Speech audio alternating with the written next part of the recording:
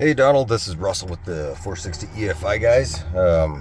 Just ran a package down with your harness and ECU. Everything's working really nice. It should run your 351 Cleveland beautifully. Butter smooth idle in my truck, which has got a RV cam in it. But let's take it out on the road here and get up on the highway, see how she runs.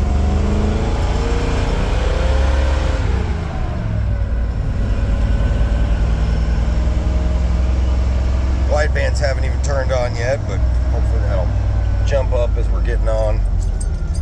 There they go.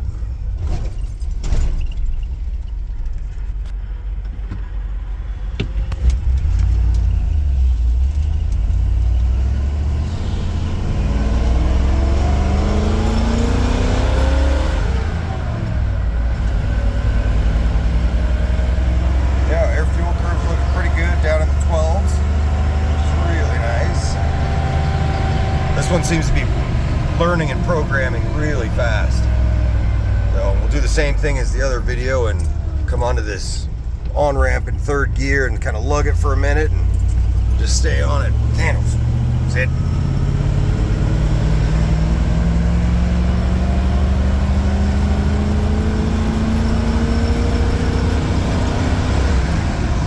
Yeah, we're cutting straight into some Wyoming wind, so probably hear it over here.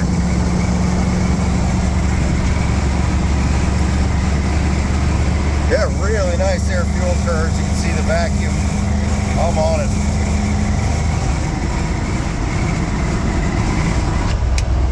There we go.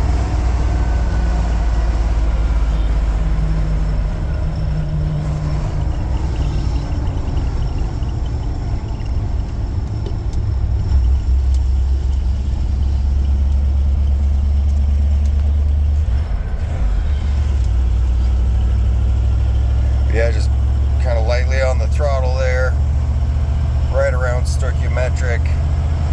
And it'll actually, over the first couple days of driving, it's going to dial in and program, and you'll actually notice a difference through the first couple days of driving. It'll start smoother and easier and crisper, and it'll become more powerful, and you'll actually feel it really dialing in as you go.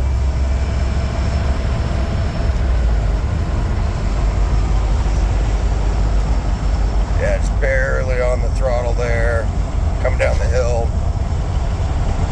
Right about 14.7 to 15, which is right where you want to see it. Yeah, all in all, really nice ECU.